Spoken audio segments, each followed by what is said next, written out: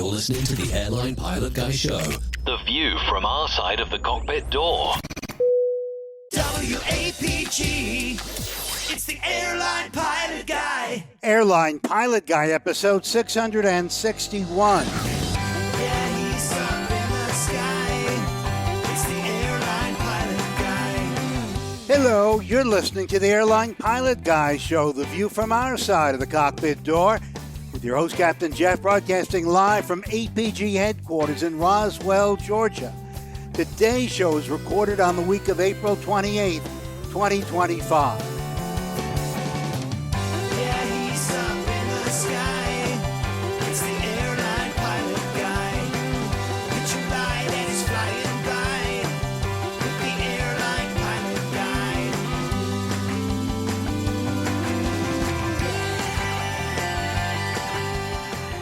In today's episode, U.S. Navy Super Hornet fighter jet rolls off an aircraft carrier and sinks, and a Dutch flight crew signals a mayday after finding an iPad that didn't belong to anyone on board. Also ahead, more news and your feedback. So get all settled in. Tray tables and seat backs in the upright and locked positions. Electronic devices powered on. I'm Radio Roger, and Flight 661 is ready for pushback. Thank you, Radio Roger. He's an award-winning TV and radio reporter currently at the number one all-news station in the nation, 1010 Wins on 92.3 FM in New York City! Welcome to the Airline Pilot Guy Show, an aviation podcast covering the latest in aviation news and answering your great feedback. I'm Captain Jeff, a former U.S. Air Force pilot and retired Delta Airlines captain. And joining me from his studio, in Hartford, Hereford, and Hampshire. retired professional dog photographer, former RAF, RAAF fighter pilot, retired Airbus A330, A340 captain for Virgin Atlantic Airways. It's Captain Nick. Hi there, Jeff. Hi, everybody. Great to be back on the show again. Now, 661, there was a Boeing 777 called November 661 Whiskey Tango that started life in Malaysian Airlines in 2001 before retiring in 2016. And after a couple of years, it was ferried to the States and painted in its final garish colours of green, yellow, red and black, the colours of Air Zimbabwe. Now, with huge debts, the airline never took delivery of 661, and it's now been turned into aviation tags cut from the original aircraft skin, giving, quote, aviation enthusiasts a unique piece of history to cherish. Oh, wow. And you can have your own personal sample of that ugly livery. That's exactly right. Captain Nick's getting a we kickback could go on the there, I website and look at them. They're going, oh my God. Gift idea for Captain Nick. I love it. Yeah, awesome. All right, well, thank you for that. And also joining us from his home in Huntington Beach, California. Beautiful place. Current first officer on the Airbus A320 family at a major U.S. carrier. I'd say the best one. And volunteer flight instructor and check pilot with the Civil Air Patrol. It's Ranjeet Rajan, and we call him RJ. It's easier that way. Hi guys, hello. I'm very happy to be here. It's been a long time and happy to join once again. Yeah, we're glad to have you. Can't wait to catch up on what you've been up to. Oh yeah, quite a few things. Busy months. Good. It was good to be busy. All right, Yes. And also, last but not least, from her studio in Toronto, Ontario, Canada, retired financier and aviation enthusiast, spreadsheet master, and our producer, it's the lovely Liz Piper. Hello, everybody, and it's great to have RJ on the show again. Been way too long. I know. I mean, It took me forever to convince him to come back. I know. We must have insulted him last time. Well, you know. That's sort of our way. Not at all. That's sort of what we do. That's why it's good to be good at something, and we're good at that. Yeah. I think it was mainly because you didn't insult me enough. Oh, That's well, why. okay. get, We'll take care of that ready. later. Yeah, challenge accepted. Have a good show, you guys. Thanks, Liz. How was All right. that, Liz? Well, without further ado, let's get into some aviation news, since, after all, we are an aviation podcast.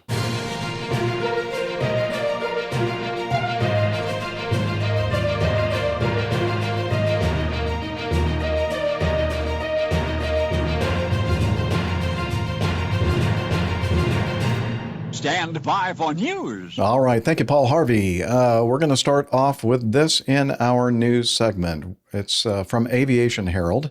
It's a final report on, it's an incident, I think, a loss of separation incident involving a Ryanair Boeing 737-800 and a Citation jet, Cessna Citation, at Ibiza? Did I say that right? Ibiza. Yeah. Ibiza, yeah. Oh, yeah. Yes. Okay. On August 10th of 2023, so not quite 2 years ago, about a year and a half ago. A Ryanair Boeing 737-800, as I just said, Echo India, Echo November Mike, performing flight 9177 from Dublin to Ibiza, Spain, with 170 passengers. I think that deserves that. Yeah. Okay. Whether I deserve it or not. I'm the one that controls the bell You're in button. charge, yeah. Yeah.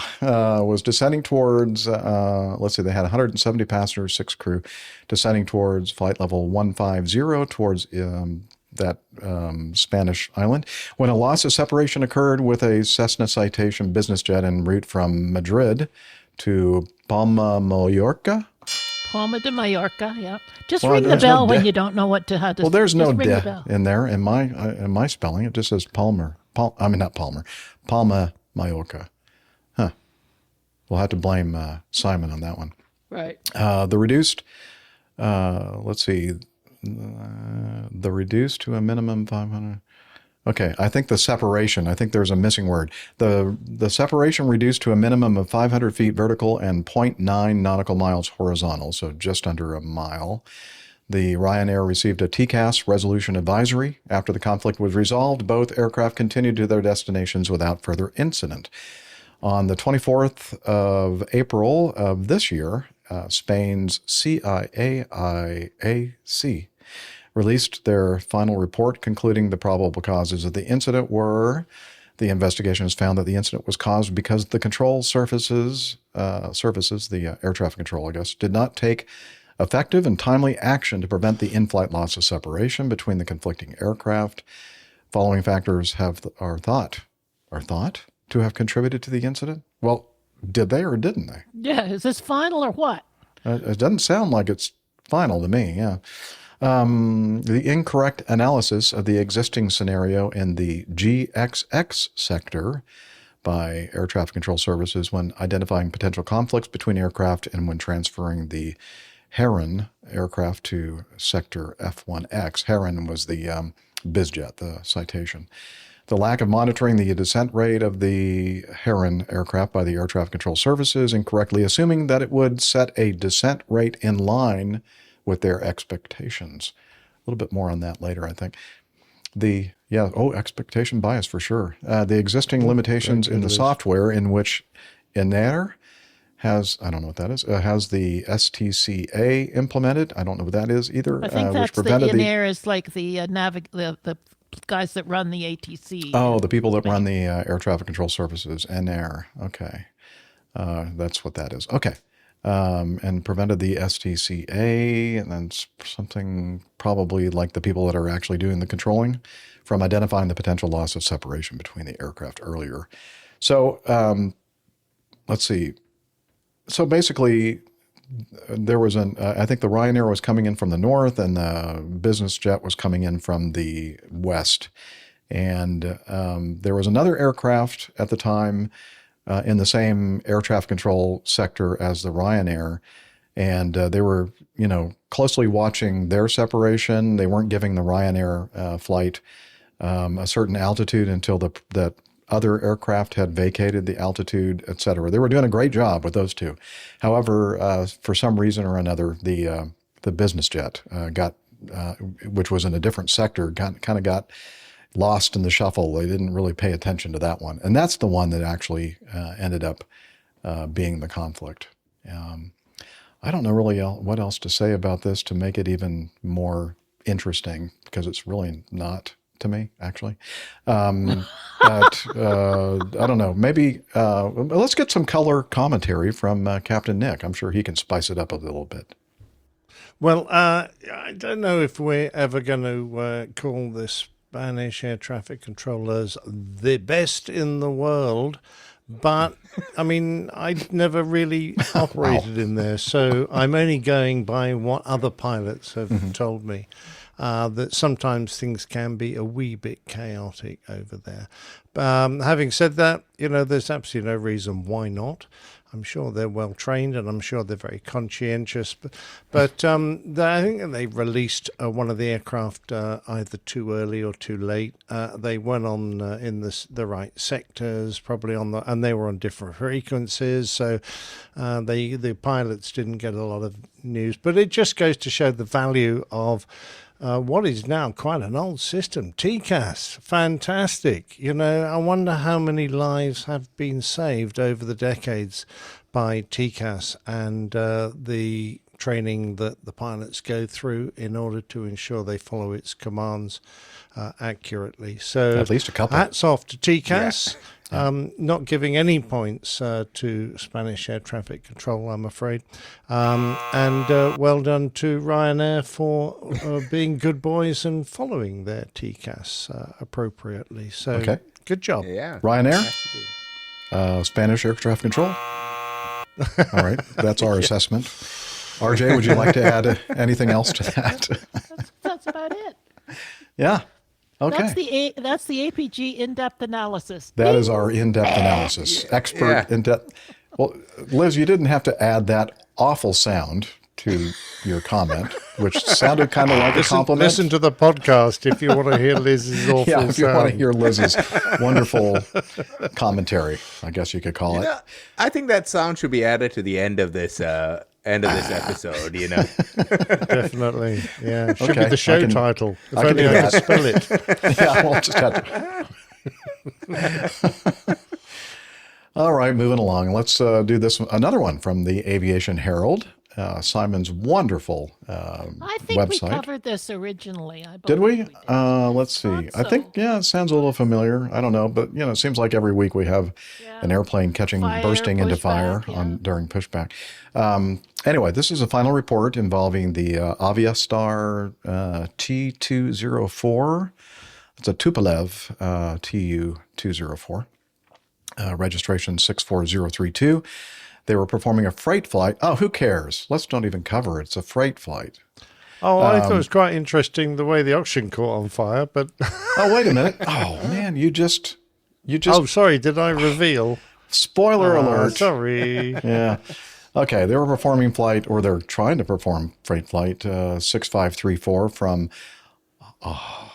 Hangzhou to Novosibirsk. Hangzhou? Yes. RJ, you say Novosibirsk. Hangzhou. Okay, to that's good. Novosibirsk. Okay. Novosibirsk. Yeah, that's I love it. I only need to be 50% correct. That's true. Okay, let's see. They had 8 crew and 20 tons of general cargo and 26 tons of fuel. That's a lot of crew. Yeah. You're right, Liz. They were being pushed back for departure when an open fire started in the cabin. Emergency services responded. Upon arrival of emergency services, about 2 minutes after the emergency call, the fire had already broken through the crown of the aircraft. The crew evacuated safely. The aircraft was damaged beyond repair. Yeah, I'll say if it's through the crown of the aircraft. Is there any Russian airplanes that have crowns? Oh, okay. You see, British airplanes should have crowns. All of them. Yeah, they really should. It should. Yeah. Yeah, I think they do, I don't actually. think American airplanes after the revolution deserve any crowns at all. No. But, Well, we don't deserve anything, in your opinion. No. Well, anyway, Swedes can have them. let's get away from the geopolitical stuff here. It's my rule. Okay. So let's. Okay. Was it something we said? Liz said she's leaving. Yeah. Okay. All right. Let's see. On April 10th, 2025, the MAK released their final report concluding the probable cause of the accident were, or causes of the accident were. The investigation team believes that the initial fire area was inside the console on the right side of the cockpit, and the origin of the fire was located behind the audio control panel in front of the oxygen shutoff and reducing device. and above the regulator control units. The most probable cause of fire is that the crew oxygen system components inside the right-hand console malfunctioned and resulted in oxygen leakage. Oh, how embarrassing. And then the leaking oxygen formed an ephemeral oxygen-rich environment in the confined space. The considerable heat generated or emitted from the aircraft components and systems in the space ignited the combustible materials in the oxygen-rich environment. The leaking oxygen exacerbated the development and spread of the fire, resulting in the substantial damage to the aircraft. Oh, I probably should have read this before I just started reading it out loud on a podcast, but I think I got those words correct. Mostly anyway. The MAK analyzed most of the area below the cockpit floor got slightly fire damaged, and only the area under the right AOA sensor was severely burned. The severity of the fire damage of the EFIS control panel and audio control panel on the right side console was gradually reduced from bottom to top, from back to front, and from right to left. Oh, thank you for all that information. Wow. It was reduced greatly. The burning loss of the right side oxygen mask was reduced from bottom to top, and the burning damage of the wander light installed behind the oxygen mask generally reduced from the bottom up. Hey, bottoms up! All right. Among the two burned regulator control units, do I need to read all this? Basically, they had a fire up there behind the audio control panel and the oxygen system, right? Yes. Yes, they did. Okay, good. It's a pretty bad fire. Interestingly, Jeff, they say it was an ephemeral oxygen-rich environment. Ephemeral meaning short in duration, which is exactly what we do every time we get in a cockpit and we test the oxygen masks. So we all go down, and I don't know if everyone knows this, but every time you're doing your cockpit preparation, you go past the oxygen mask, and we would lift up the flap. We would do a test of one part of the oxygen system, and then a second. Both times we would squirt neat oxygen through the mask into the left console. Yep. Which I'm going, how come we don't catch fire every time we do that? So what's going on here? Well, something else was sparking there, obviously. Yeah, old Sparky was, yeah. Well, that's very true. But yeah, sure. So if you've got a oxygen-rich environment, and you've got an ignition, things are going to get worse. Yeah, but I'm just a bit worried that this got away from them. They've got fire extinguishers in the flight deck. What were they doing? Anyway, they lost the whole airplane as a result. Yikes. And there were 8 crew members. Yeah, 8 of them to fight it. Yeah. Yeah, one of them could have been holding the darn fire extinguisher. Exactly. There's IHAL boxes. He flies cargo. He's got? Yeah, come on, IHAL boxes. Tell us what's going on here. Yeah.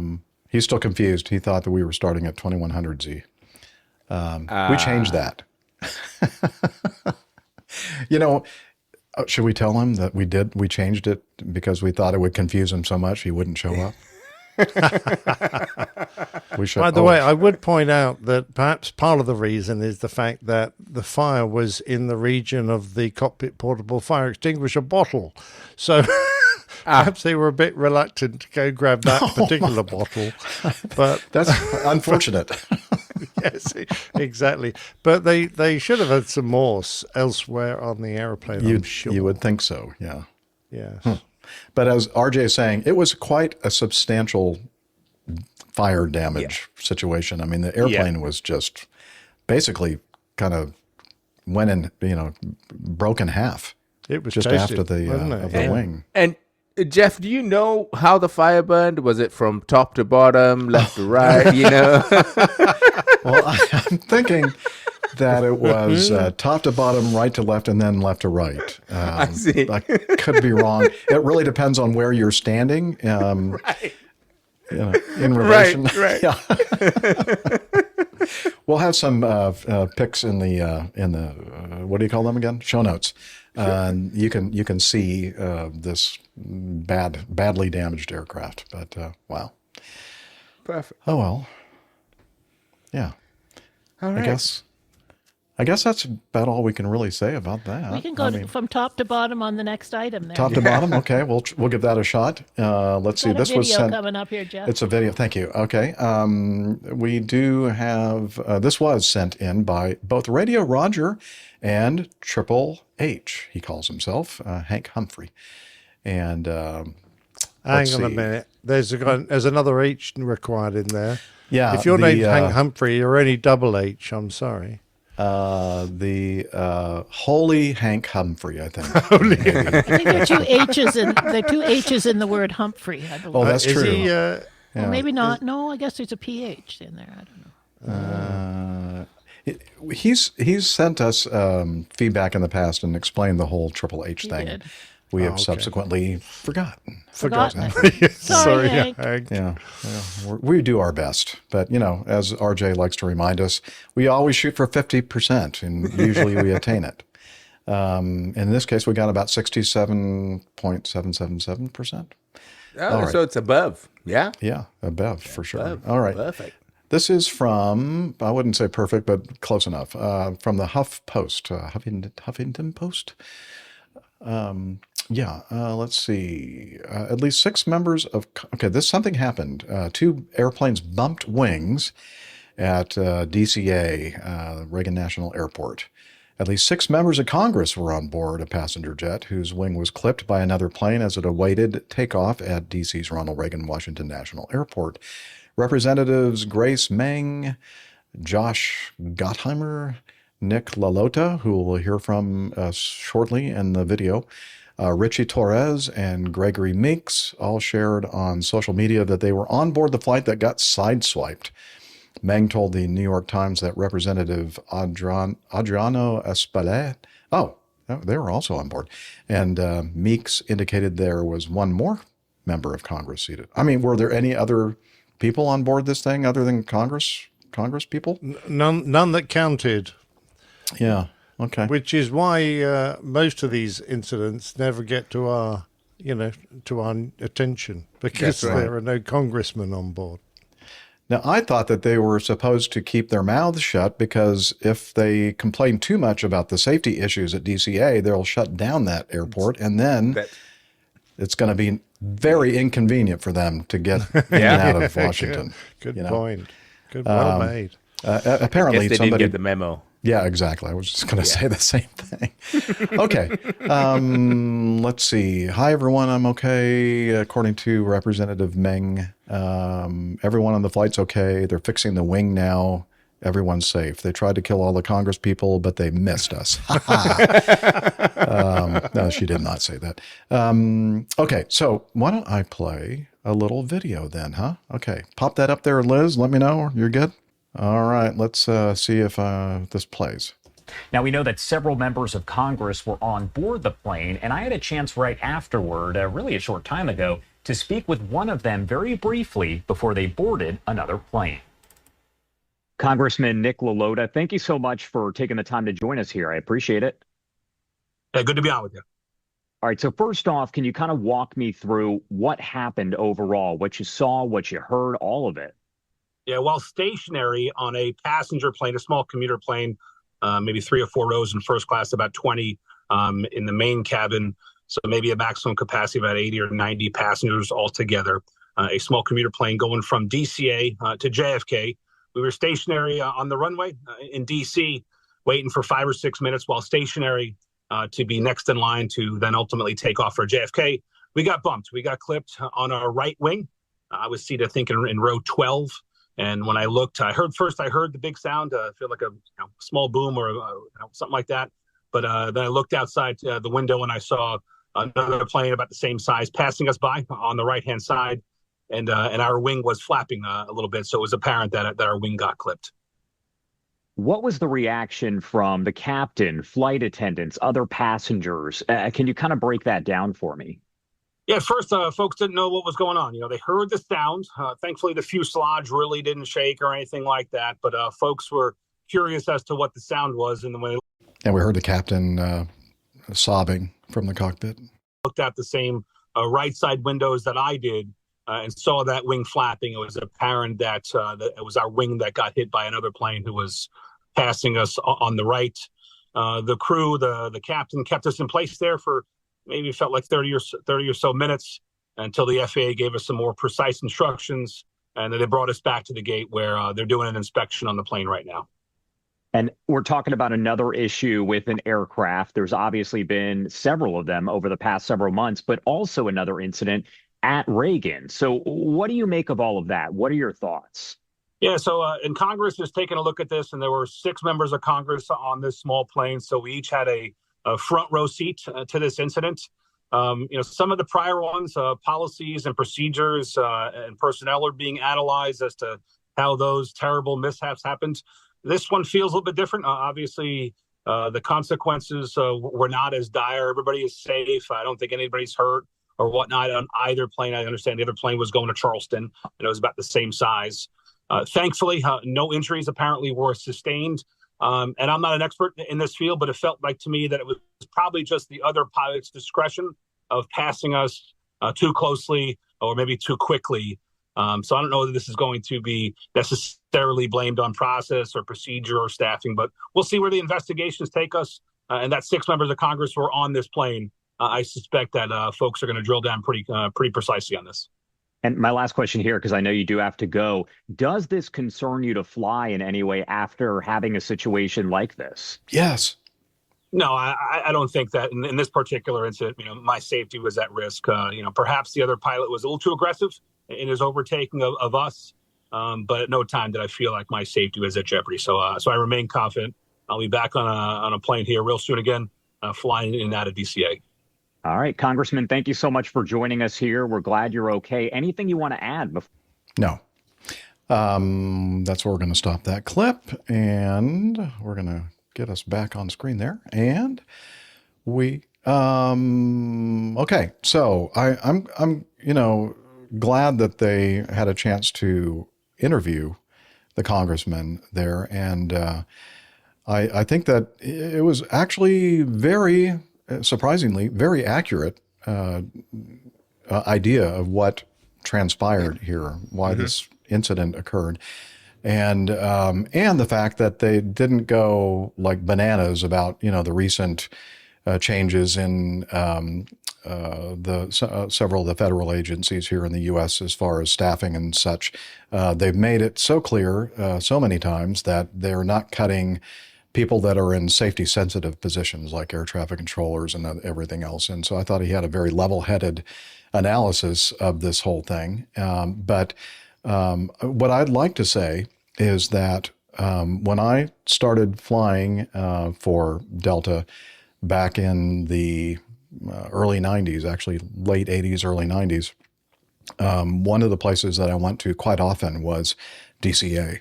And I remember the first time that we were pulling into one of the little holding areas right in, before the runway, and how the captain would get that airplane in there. And at that time I was on the 727, and I'm thinking, we are so darn close to this other airplane. I don't know how our wing is not hitting this other airplane. And I was thinking to myself, thank goodness I have no control over anything on the ground as far as, the steering tiller and everything else, because this just made me almost frightened, like just seeing how close these airplanes appeared to me. And I'm thinking, one of these days, Jeff, you're going to have to do it. And sure enough, fast forward about 12 years, I was a captain on the MD series, MD-88, MD-90, going in and out of DCA quite a bit. And so now it was up to me not to hit other airplanes. And these areas, what would you call that area, RJ? That holding the whole shot area, the holding pad of the in the general aviation world, they call it the run-up area, the run-up pad. Yeah, the run-up pad. Yeah, I think that's what we call it. But I think I think DCA calls it the hold point or the. Okay. So they're they're on either sides of the airport. Now, most of the time, it seemed, from my experience, that they were operating in the north operation. So that area back on the south end of the airport there for runway 1 was Really interesting because you're crossing one, maybe two runways, and then you're crossing some taxiways, and there's a bunch of different angles that you can approach it. Right. And it's kind of interesting. And you kind of like, there's no defined procedure for exactly where to put your airplane and what angle to put it or anything. It's just like, you're on your own, guys, just don't hit another airplane. Figure it out. Yeah, figure it out. Exactly. And then on the north end, this is where this one took place. They were in a south operation, so they're on the north end. It's a little bit more, to me anyway, from what I remember, a little bit more organized up there. So you kind of just file in place, and there's kind of a natural way to kind of situate your aircraft. But I don't know if you'd agree with me or not, RJ. But when you get up there and you're turning the nose, and what the turn radiuses are on your airplane, and if your nose clears, then supposedly your wing is going to clear. But honestly, sometimes, and it depends on the aircraft, of course, and the geometry. But I don't know, it still looks awfully close to me. It is so tight. I feel like those taxi lines, they're not clearly defined taxiways with edge markings and things like that. They're just lines down the runway, around the taxiway, and they have multiple taxi lanes. I sometimes feel they're way too close, and if one of the aircraft were to be pushed back just a little bit off, it gets tight. It gets hairy. I've seen some aircraft like next to me, and they're starting to move, and you're thinking, oh, all right, okay, hope you know what you're doing. But so one of the things that this holding, they don't necessarily go in sequence. So the one that's all the way furthest to the north doesn't necessarily mean that they're going to be the first ones out. So sometimes like you might be number 3 in position, but you have like a takeoff slot. And so we need to get the Delta flight out, immediately. So, and then they tell you to kind of move up and hold short of the runway itself. So, there's a lot of jockeying going on there. But anyway, when I was reading this incident, I'm thinking, well, it doesn't surprise me that this doesn't happen more often. Yeah. Looks like it was involving 2 ERJs, Embraer regional jets. Yeah. They have those winglets that are kind of angled a little bit upward and outward. And I guess one just kind of misjudged it just a bit. Yeah. They were this close to clearing it. So that's some of the fun at DCA. just a little bit of the fun. Just some. Yeah. But it brought me back and made my heart start beating hard. I'm like, I'm glad I don't have to do that anymore. Yeah. So I don't know. Skip the next one until Camacho's on, or do you let's see. Well, let me take a look-see. It's the Aussie one, the Aussie final. Oh yeah, collision with me. Yeah, let's do that. Let's wait for Camacho to do that one. Okay. Anything else to say or anything? I would imagine, Captain Nick, you don't get, or did not in your experience get the opportunity to, at least when you were flying airliners, the big 330, 340s, to do this kind of jockeying around and being very, very close to other aircraft, or did you? Not often. There were a couple of places, and I'm trying to think. There was one particular holding area in Atlanta, I think, where you had at least 3 taxiways all merging towards a single entry to a runway. And if you rolled too far forward, you would actually block the other 2, at least one of the other 2 taxiways, and prevent anyone else from getting on, which was great if you wanted to jump the queue. But sorry. Again, there was no clear indication of where you were actually supposed to stop in order to ensure wingtip clearance.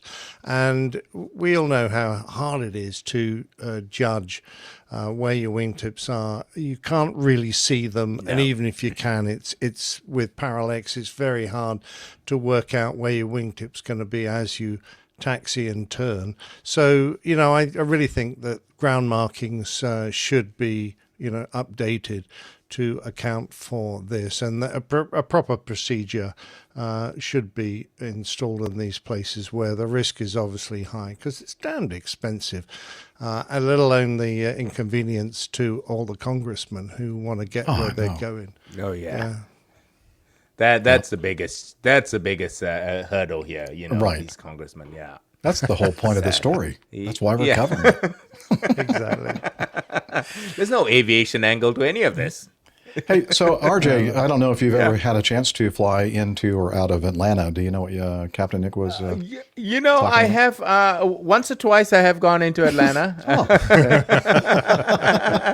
on the rare occasion. I was pretty reluctant to mention that, but because I can't even remember which runway it was. You guys will probably remember where it was, but it was somewhere up in the middle of the airport somewhere. Right. Okay. Very. Yeah, I remember that.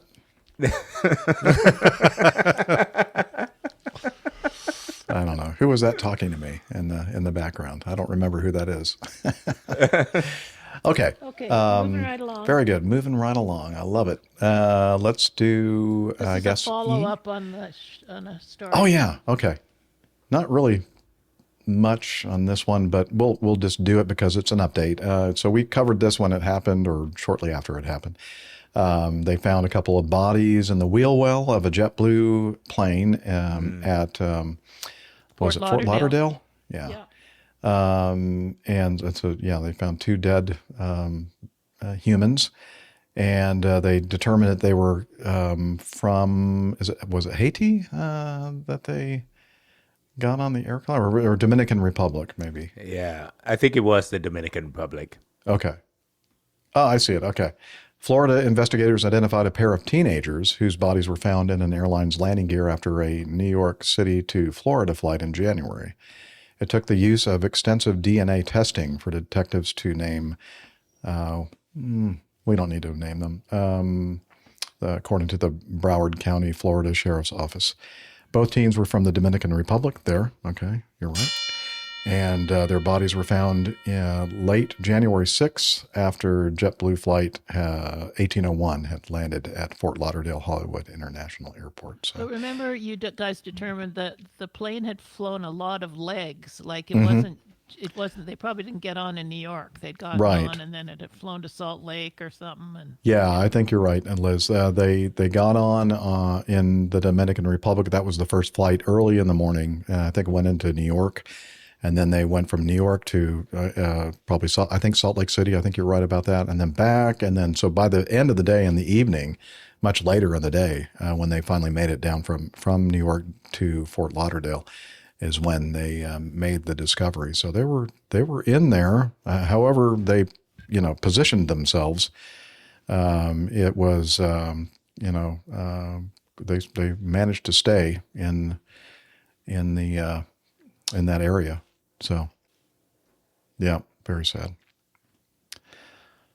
Okay, let's continue on with, let's see. Oh, the horrific accident that occurred in South Korea, the Jeju Air Flight 2216 at Muan International Airport in South Korea. This occurred in, I think, January, right? Or was it December? Maybe it was last year. Oh, it was close to the end of December 29th. Anyway, they have some new information regarding that. The investigation has been going on for quite some time now. The pilots of this is from New York Times. Okay, thank you. The pilots of Jeju Air Flight 2216 signaled 3 different plans for landing the stricken plane in the minutes before it crashed and killed 179 people in December, according to a partial transcript of their communication with air traffic control obtained by New York Times. The transcript shows that the pilots reported a bird strike, radioed a Mayday. By the way, happy Mayday, everybody. Let's see, they made a Mayday call as they approached Muan International Airport in South Korea on the morning of December 29. They said they would turn left, then asked to turn right, intending to approach the airport's Seoul runway from the south. When that failed, air traffic controllers asked if they wanted to land from the opposite direction, and the pilot said yes. The plane landed on its belly, overran the runway, struck a concrete structure that housed navigational aids, bursting into a deadly fireball. Only 2 people survived, flight attendants at the very back of the plane, which was a Boeing 737-800. They were the only ones that survived the crash. The cause of the disaster, the deadliest plane crash on South Korean soil, is still being investigated. And the exchange between the pilots and the control tower could be a crucial piece of the puzzle. That's because it covers a period of about 4 minutes during which both of the plane's flight recorders, known as black boxes, had stopped recording.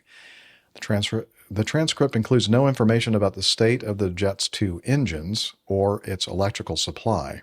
That's going to be critical, I think, in what's going to happen here, or trying to determine what happened, which are intense areas of focus for investigators. Still unclear why the black boxes went dark or why the airplane's landing gear was not engaged or extended, I guess. The transcript was read out to the relatives of the victims, and they have not publicly released the transcript, and the board did not immediately respond to a request for comment. And so I guess they have a little bit more in-depth information about the transcript. At 8:58 a.m., the pilots reported a bird strike to the tower. Mayday, Mayday, one of the pilots said, going around. Authorities later found feathers and blood from migratory ducks known as Baikal teals in both of the jet's engines. Eyewitness videos also recorded a loud bang from the plane's right engine, which aviation experts have described as a compressor stall or a disruption of the airflow in the engine. After the Mayday call, the control tower told the pilots to maintain runway heading and climb to 5,000 feet. The pilots acknowledged that. That's standard procedure when an aircraft's unable to land, according to Hyoseok Chang. I'm not sure how to pronounce his first name. An assistant professor in the Department of Air Transportation and Logistics at Hangzhou University in South Korea. But seconds after the pilots agreed to that plan, before the airplane could reach 5,000 feet, the control tower pressed them to state their intentions. They answered that they would make a left turn and land shortly on runway 1. So I guess they're going to kind of just make a left 360, apparently. The pilots may have determined that returning all the way to the holding point and attempting another approach to runway 1 would cause further issues with the aircraft. They probably didn't want to fly through those birds again, maybe. The compressor stall observed in videos indicates that there was a problem with at least one of the jet's engines. 10 seconds later, the pilots reported that they were unable to land. They asked whether they could make a right turn and head to runway 1, and the tower gave them permission to do so. Okay, a little confusing there for me. The transcript does not explain why this attempt failed, but just after 9:01, air traffic controllers asked whether the pilots wanted to approach the runway from the north. Do you wish to land on runway 19? The pilot said yes, and the tower cleared them to land. Less than 2 minutes later, the plane hit the tarmac with its landing gear deployed.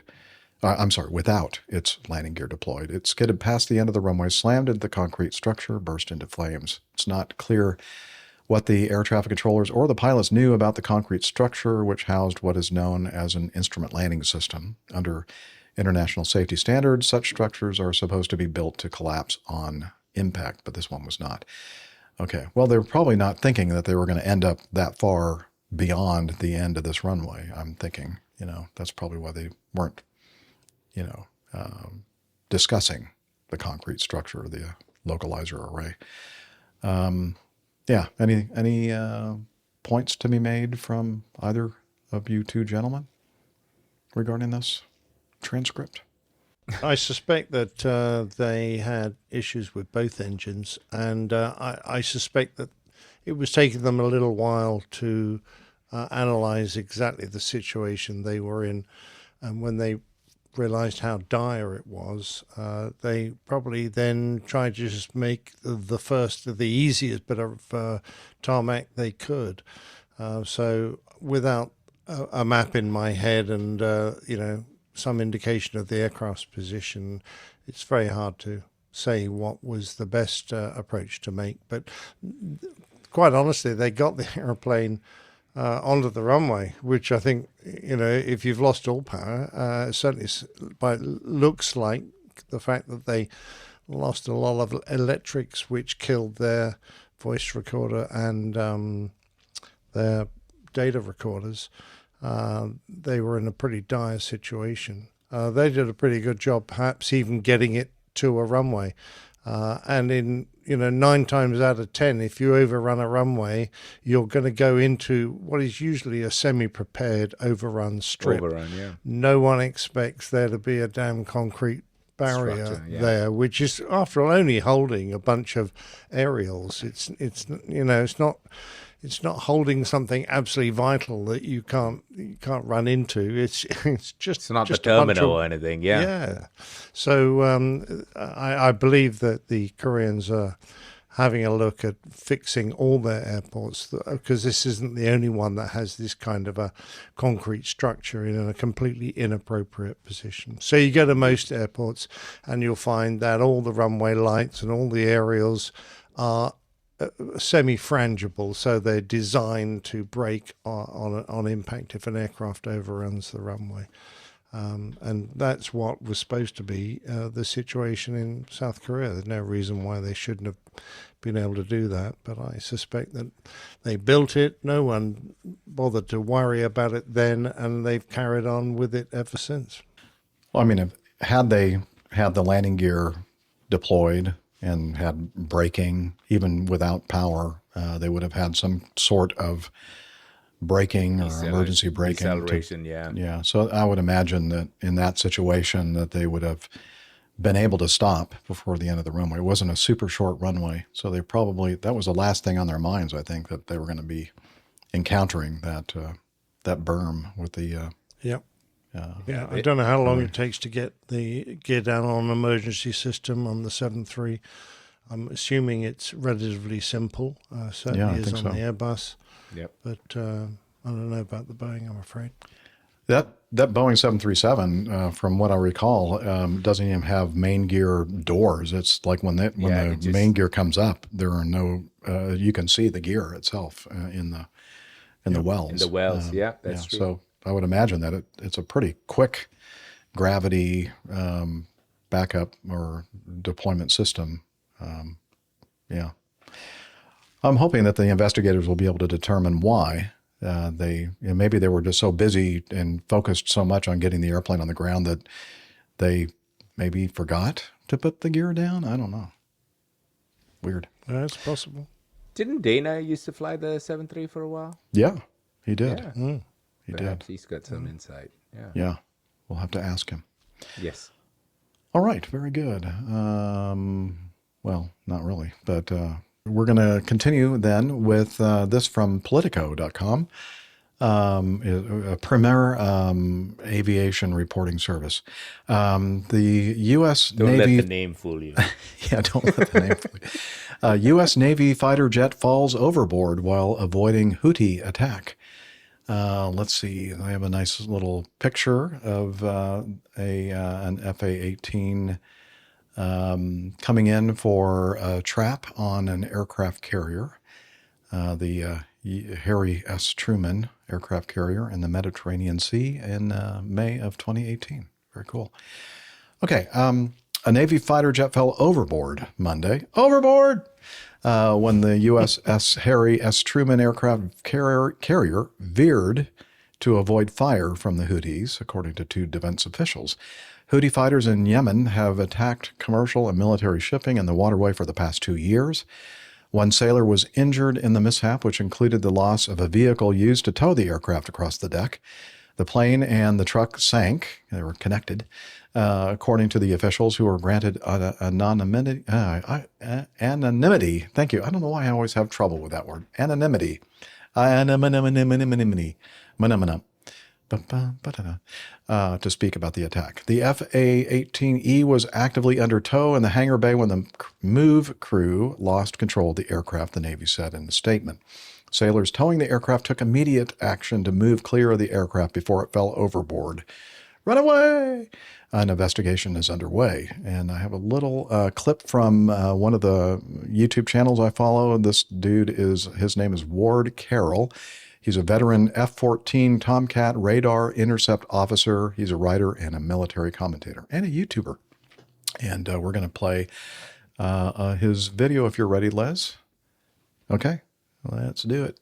The Navy statement does say that the VFA-36 F-18E, which is the single-seat model as opposed to the two-seat F model, was actively under tow when the move crew lost control. The move crew consists of a tractor driver, a taxi director, wing walkers carrying chalks and chains ready to quickly secure the jet when ordered by the taxi director, and a plane captain in the cockpit as what we call a brake rider. There we go. Just a little tiny video short. A lot of people to get out of the way there.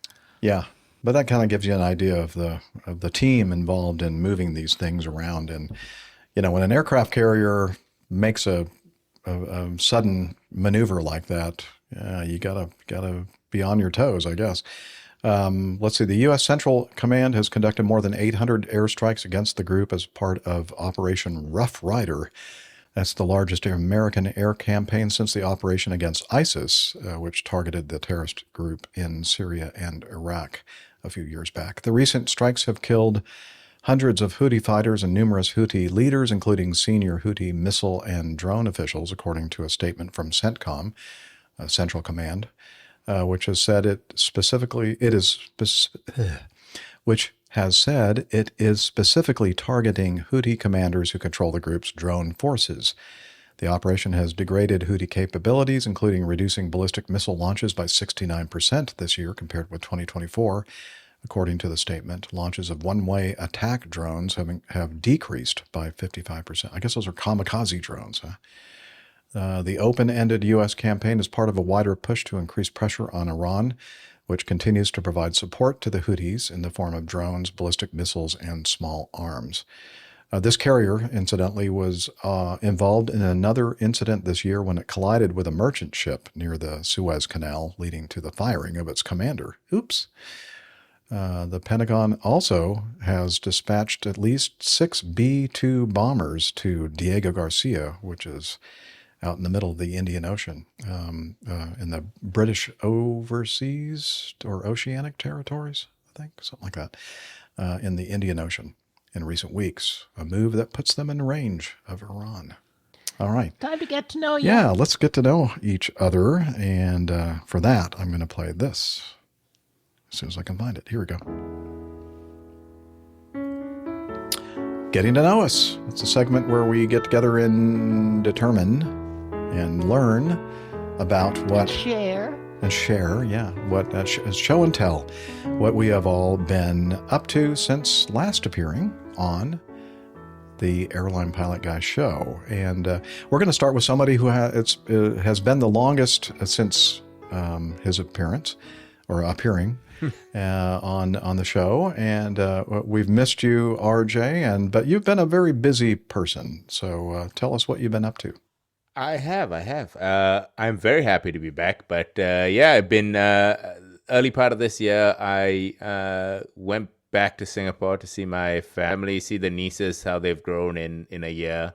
Is that the first picture? Is that Singapore? Yeah, that's Singapore. That is Singapore. The first picture is Singapore. That is, that's a picture of, me and my wife and one of my good friends hanging out, at a rooftop bar and nice. having a few adult beverages, having some food. Oh, yeah. I recognize that. It's a very Marina. famous. Isn't that the Marina? Yeah, that is the Marina. Yeah. Yeah, it is the Marina Bay Sands right there. Yeah. And what's the name of that building that has the 3 towers and they're all connected? Marina Bay Sands. Yep, Marina Bay Sands. That's what you've been saying. Oh, okay, sorry. Yeah, that's the Marina Bay Sands. It's it's a casino hotel that's there, and it's a rooftop pool there. I think there's a rooftop. Yeah, it's got a rooftop infinity pool I hear, and it's got a couple of bars up there. I have been up to one of the bars once. You've been to all the bars in Singapore. I don't. I wouldn't say I've been to all the bars in Singapore. That would be a lot. That would be a lot. I mean, I've been to a few. I've been to my fair share of bars in Singapore, but not all of them. But yeah, it was. We spent about 3 weeks there in Singapore all together, and then my wife and I we took a little short trip to Thailand while we were there in Singapore, just a couple of days, just as a quick break, since we were already in the in the Southeast Asian region. And then, of course, since I am pretty junior in the airline, I didn't have vacation time to use for this trip. So I bid my trips around my trip to Singapore, which means that the powers that be still wanted me to fly my trips for the month. They wanted their pound of flesh. They did want their pound of flesh. So the last 2 weeks of the month were very, very interesting. I had 2 weeks of back-to-back trips with very little sleep time to kind of get readjusted to the time changes. So that was pretty busy. And now the last month or so since coming back from Singapore, I've just been flying my regular schedule, just kind of getting back into the swing of things, doing some civil air patrol flying as well, getting some of my currencies, my recencies expired, so I had to get that renewed. So that's always interesting and fun to do, getting back into GA. Remembering that I've got to use my feet once again on the rudder pedals instead of just sitting there. So that was all. And trim, I know, in an Airbus. As an Airbus pilot, that's always tricky. What is trim? So that was nice. And then just yesterday, my wife and I have been talking about it for a while now about adopting another dog. We already have one, Maya. The picture that you see, Maya's in the background, and we adopted this other dog yesterday. We went over to Palm Springs. There's a shelter there. My wife found a shelter there that doesn't really get a lot of foot traffic because it's out there in the desert, and they've got over 60 dogs there that are, they spend a lot of time at the shelter there. Because they don't have a lot of foot traffic. So we went over, we were there a couple of weeks ago in Palm Springs. We went for Coachella to see Green Day perform. Well, one of my favorite bands, so we had to go. And it was really a good trip. So since we were out there in Palm Springs, we went over to the shelter, visited, looked at some of the dogs and all that. And this is the dog that we came back with yesterday. So we made a road trip to Palm Springs, 2 hours each way to pick up Maverick is what we're calling him. Maverick. Yes. And believe it or not, I did not come up with the name. My wife did. My wife, who is not in aviation at all, came up with the name of Maverick. So I'm like, yep, wow. I agree. No argument from me. Nope. So you didn't want to call him Goose then? No, I did not. And how's Maya getting along with him? Maya is not used to not being the center of attention. So top dog. She's the top dog. So she is slowly getting used to it. She's a mad dog now. She is a mad dog. Ooh, the puns keep coming. This is good. Oh, they do. Yeah. But they've been getting along well. Last night was uneventful. This morning they were both running around and playing in the backyard. And so I think they will get along well together. How old is Maverick, do you think? We think Maverick is about 9-10 months old. We weren't thinking about getting a puppy, but, as you can see, Maverick and Maya look pretty identical. One's in terms of colors. Maya's a German Shepherd mix. That's very important to color coordinate the dogs. Color coordinate, yeah, that's right. Because you don't want to have too many different colored fur all over your couch. You want to. Is your couch the same color it should palette be. as well? It should be, but it's not, unfortunately. Oh. The couch predated the dogs. Okay. Interesting. But yes, so that's I've got 10 days off now as my schedule worked out. So I'm going to be spending the next 10 days kind of trying to get the puppy used to the house and, Lucky Maverick. That's great. He is now right under my feet dozing. So nice. That's good. We also don't know if he's house trained. So You're about to find out. We'll find out. Yeah. So if we see a look on your face, like not a good look on your face, you're going, oh, I must be peeing on his foot or something. Yeah. Great update. Thank Love you. it. Yes. All right. Very good. Captain Nick time. This is Dr. Bob. You know, I had a moment there. Someone introduced me without saying a word. Jeff, are you still there? Oh, good. Yeah. Excellent. Oh, I figured you could hear Liz, so I didn't feel I needed to say anything. but so, Captain Nick, how have you been? Absolutely. Thanks. Well, while we're on the subject of dogs, so we have rescued ours from the vet. She went in yesterday for an operation, but, to have some lumps that she has had on her, on her flanks, basically, and tail. So we're getting those, we've had them removed and we're getting them checked out, biopsies and things. More about that, I guess, when we get the results of the biopsies, but we've got our fingers crossed. In the meantime, well, all quiet here in the Anderson front. However, I was in touch with Captain Al, our old friend who's been on the show before and often contributes. Captain Al is a training captain, and we were chatting with him, and he said, do you know this bloke Mark, who's an airline pilot who lives in your village? And I said, no. He said, well, he's a lovely guy. You should get in touch with him, and gave me contact details. He said he's new to the industry. So I went, oh, brilliant. So I got in touch with airline pilot Mark and invited him across to my local pub, even though, it's only a spitting distance from where he lives as well. So he popped across to the Temple Inn, and we had a lovely lunchtime meal and a couple of beers, at least I did. And I chatted to Mark to find out what his story was. And, we often have people who are making a transition from a job unrelated to flying into the world of aviation because they've always had a desire to become an airline pilot. And when you play the interview, I think you'll discover that is exactly what Mark has done. So I'll let him explain. Hi, Jeff. This is Captain Nick, and I'm sitting in the most lovely pub in our little village, and the weather is beautiful. It's sunny and warm with a gentle breeze, and we're outdoors. We've just had a great meal. And when I say we, I mean me and Mark. Is that the right thing? Mark and I? That's probably better.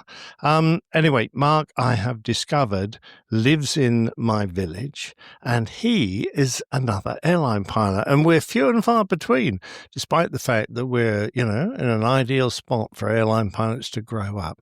Mark has a fascinating history, and the airline industry for him is a second career. And I'm going to ask him to try and condense, because we've been chatting for over an hour. I'm going to try and condense that hour into 5 or 10 minutes while he tells you about himself and his transition from a fantastic and amazing high-flying career into one that actually takes him up and launches him into the upper atmosphere as an airline pilot. We're just going to call him Mark. That's his name, but we're not going to say anything about the airline because some airlines are a little bit funny about that. But I'm going to hand over to Mark now and ask him, Mark, tell us all about your amazing path from being a very well qualified bloke in a great industry to one that is now miles above what you used to do before. Thanks very much, Nick. Okay, well, let's think. Where can I begin? So I have come from a career where I used to spend a lot of time in aeroplanes, but sitting in the back of the aeroplane. So I was working in New York but commuting from the UK over to New York every week. So I spent the best part of 20 years gradually working my way from the back of the aircraft forwards. And after a very good career, I decided the only way to carry on further forwards in the aircraft was to be a pilot. I decided during COVID it was a good time for a change, and left my job and embarked on what ended up being about 4 years worth of training. As we were talking about earlier, it certainly could be done more quickly than 4 years, but I think it's important to go and do the things that you really want to do in life as well. So I spread the training out a little bit, and then found myself very lucky to find a job just a few short months ago, and now I'm working on the line. That's a very good condensation of what has been quite a difficult journey. I mean, where did you start in aviation? What gave you the seed that made you want to give up your fantastic job and join the rest of us looking downward on the rest of the world? I think it goes back probably to being a child. So I remember as a child, I was 7 years old, lining up on the runway in a Dan Air aeroplane, going to Mallorca on a holiday with my parents. And in those days, you could go and visit the flight deck. And I remember visiting the pilots up there and just thinking, wow, this is the best thing ever. And fast forward then, another probably 15 years, and my girlfriend's uncle had a helicopter which he decided to bring around and land in my mother-in-law's garden in Liss, which was quite interesting. At the time thinking, wow, that's the coolest thing ever. I would love to be able to do something like that. And so I started just learning to fly helicopters, and quickly pretty much bankrupted myself, realised, my word, this is really expensive, and kind of put the whole aviation thing down for a long time whilst I carried on in my corporate world.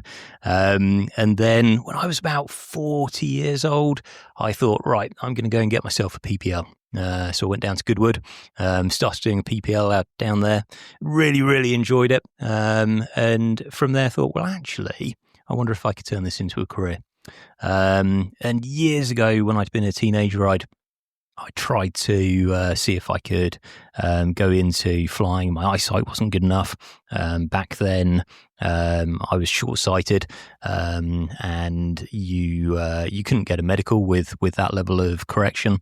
Fast forward again, and laser surgeries allowed, had laser surgery on my eyes, and medical was okay to get a class 1. So all of a sudden it was like, well, actually I could do this now. I could actually try and give this a go. So 2021 I left my job, started doing all the training, and went through the roller coaster that is flight training. That's remarkable. I didn't realize that, because you don't wear glasses. So I just thought you were one of those fit young men. Sadly not. Is yet to suffer the problems that most of us do. No, that's fantastic. It's such a different world to where you came from. And I'm delighted the fact that you enjoy it so much. But what has been the biggest hurdle? I think for me, it's very different to come out of a corporate world where you have a team around you. And you're always supported. So there's always a whole group of people that can help you achieve a goal. And when you come out of that and you start flight training, it's just you. So sure, there's instructors, but the majority of the effort needs to be done by you. There's a huge undertaking to learn so many things. And I think for most pilots that I talk to, we're all the kind of people who tend to put a good chunk of pressure on ourselves to be successful. And so going through all of training, the endless exams, the endless flight skills tests, it is, it's really, really hard work. I guess for me being perhaps a little bit older, maybe that information doesn't go into my brain quite so readily.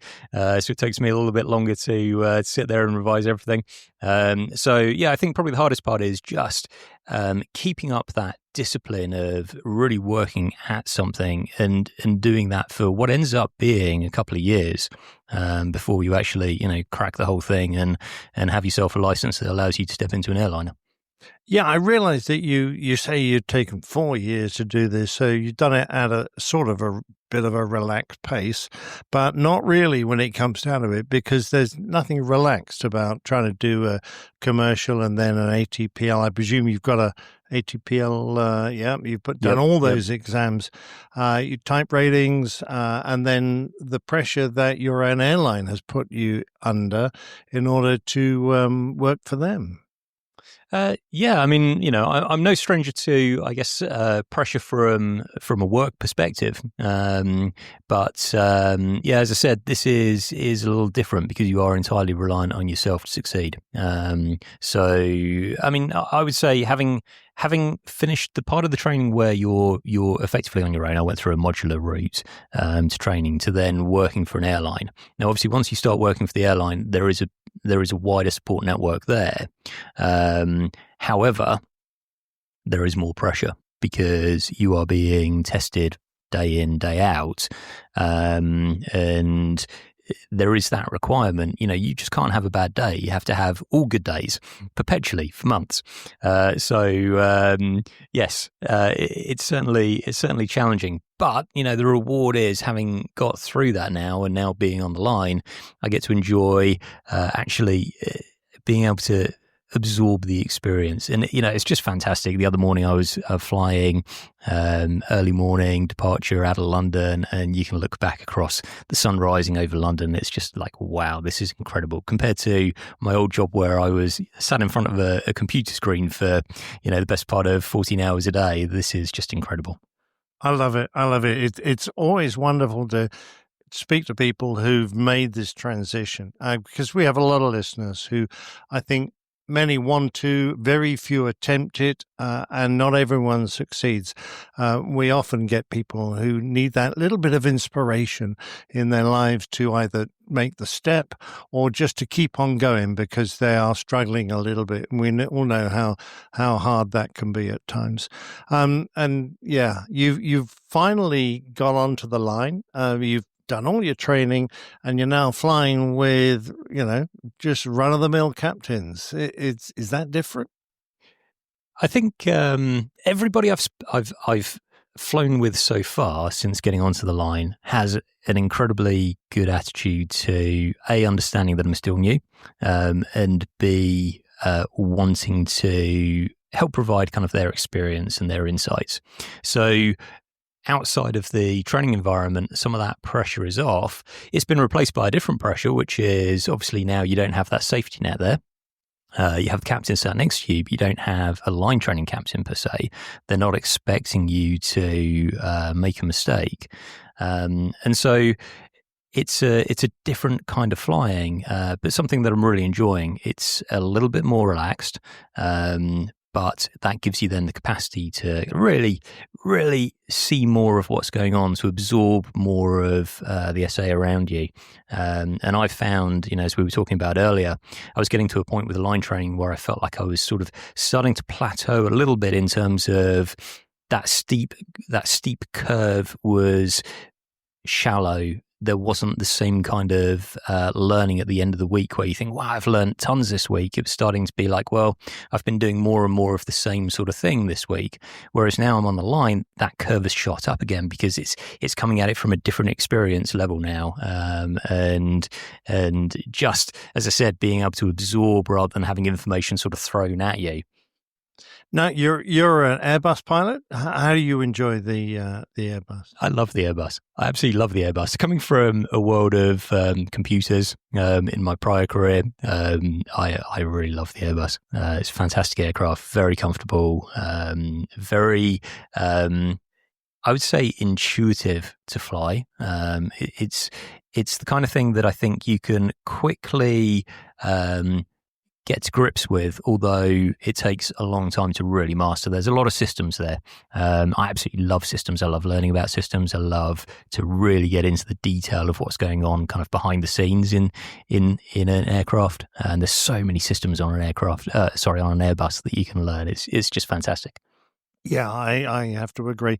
I might add that Mark also has a little sideline writing apps, and the app that I've got on my phone tells me when the level crossing in my local village is up or down, which is very important knowledge because it spends half its life down and you can be stuck in huge queues. So thank you for that, and long may that continue. What do you do in your spare time, though, apart from writing software and flying airplanes? Well, I got a family that keeps me busy. A wife and two children, two daughters about 16 and 18. So one's just going off to university this year. I like to do heaps of cycling. So I have a touring bike. I try and do some very long distance cycles. That's probably one of the reasons why flight training took me so long, because I was out on the bike just enjoying things. So I've done a few continental cycles. Land's End to John O'Groats, and then all the way down as far as Pisa in Italy. So it keeps me busy. Well, yeah. I mean, people across the state in the States won't understand the importance of Land's End to John O'Groats, but it is basically the most southern point to the most northern point in the British mainland. So that's a considerable distance, and in our weather, not brilliant fun, I wouldn't have thought. But going all the way down to Pisa, right across Europe, tell me a bit about that. It's challenging. Where in the UK you have the weather, which is your biggest challenge. Once you get out to the Alps, suddenly the Alps become your biggest challenge. There's plenty of climbing, plenty of descending, and once you get south of the Alps in the summer, it's super hot. So trying to carry enough water is quite a challenge as well. But what I would say is it's been amazing to both do that route on a bicycle where you can appreciate it from the ground, and then now to, almost every week flying over the top of the same road and seeing it from 35,000 feet. It's just amazing to be able to relate, I guess, that knowledge of how, as you're traveling south, the Alps start to grow in front of you, and the way that the whole of the scenery of Europe unfolds as you're progressing south, and then to see that from the air as well, it's just incredible to build up, if you like, that sort of that unique perspective of Europe from the air. That's fantastic. Look, Mark, it's been absolutely brilliant. I'm sure we could chat for hours, and we've become the best of buddies in a very short time, and I'm thoroughly enjoying this. But I think we need to probably, at this point, hand it back to Jeff. I just wanted to thank you very much indeed for coming and meeting me, and I've enjoyed your company enormously, and I wish you well for your continued career in aviation. Thank you very much, Nick. And back to Jeff in the studio. Well, thank you very much. Great interview. Thank you, Captain Nick, for doing that. Great audio. Oh, he was a lovely bloke, so it was an absolute pleasure to chat to Mark. So I thoroughly enjoyed it. We had a lovely meal, and this kind of year with a bit of sunshine, what could be nicer? Yeah. What a great career transition he's made. That's great. Yeah, always. He said to me that he could have retired and just not worked anymore. But nice. Instead of which he put some of his money into his heart's desire to become an airline pilot, and I applaud him because he, like he said, he's been at the training for a little over 4 years, and that is a long time to be under the hammer, because as those of you who've been through the training, it is almost continual assessment and under pressure for a very long time, and there's really no let up, and he's finally got himself on the line, and he's starting to relax into the job, and I hope he continues to enjoy it as much as he has up to now. That's the reason why I had to retire, because I'm untrainable. So they just let me go. Yes. So the question I was going to ask you, Captain Nick, was what did you mean by run-of-the-mill line pilots, line captains? Oh, run-of-the-mill is just, Joe average. Or Jeff Average. Or Jeff Average in your case, yes. Or Ranjeet Average. But commuting to New York every week from the UK must have been very tiring. He did explain a little about his job, and I'm not going to reveal too much other than he had about 500 employees in his department, and he basically commuted back home for the weekends. Funnily enough, on Virgin, I might well have flown him a few times, but basically went back out to New York for his week's work. So and he said it was a very high pressure job, and he was very happy actually to give it up for the relative low pressure, I think, of being an airline pilot. That's right. Can you imagine what kind of balance he has on his mileage, his flying miles? Oh yeah. Yeah. Yes. Exactly. Yes. I wonder what color card he had. I bet he was wishing Concorde was around. No, that would have been good for him, mate. If Concorde had been around, that would have made a big difference. For sure. All right. Well, very nice to meet him, and thanks again, Captain Nick, for taking one, for the team, and actually having to go to the pub and drink beer. Oh yeah, absolutely. Well, thanks to Mark for taking the time to come and chat. I bet they'll be at the pub again. Those two. I'll bet they will be. Yeah. Okay. If the level crossings all up, yeah. Yes. Yeah. Very true. Yeah, that's very clever. Okay. Yeah, for me, nothing significant whatsoever. Just, the typical singing going on. And it was another busy weekend last weekend. And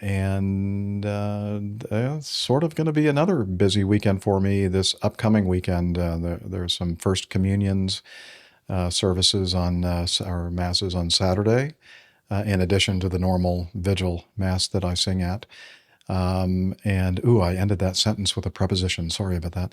Then the Sunday masses as well. Although it's interesting, one of the first or the earliest mass that I sing, at which I sing on Sunday morning, is the 9 o'clock, and another persons are taking over for our regular ensemble, so that's going to be interesting. Looks like I get to sleep in a little bit more on Sunday morning, which is nice. So you got a haircut today? I did. I got a haircut, and she put the stuff in it and did something. She combed it differently than I normally comb it. And in the middle there. Yeah, it's kind of well, it's interesting when my hair this is probably not interesting to anybody but me, but when my hair gets a little bit longer, I don't know if you noticed, but it just naturally starts shifting to the center for some reason. And so that's the way I came in this morning, and she hasn't seen me in a while because it was quite long. And maybe she just made the assumption that that's the way I'm parting my hair now, but I don't know. We'll see.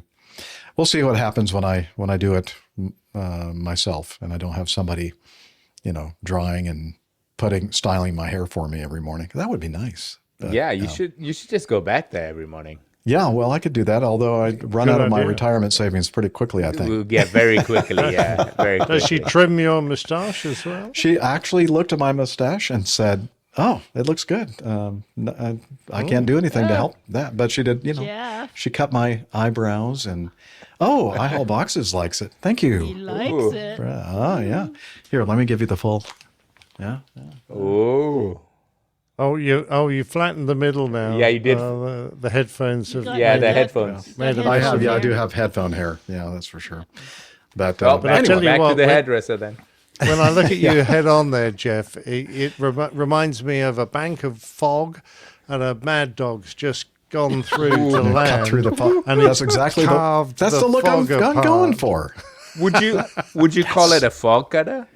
Yes, indeed. Well done. Full circle. We were talking about drinking fog cutters earlier. Very good. Well done. Yeah, that was pre-show, I think. Yeah, we were talking about that. Nigel is admonishing you here. Oh, no. You mean the prestigious member of our august APG community is criticizing preposition stranding. The primary concern is not the preposition itself, but whether it is stranded at the end, separated from its object.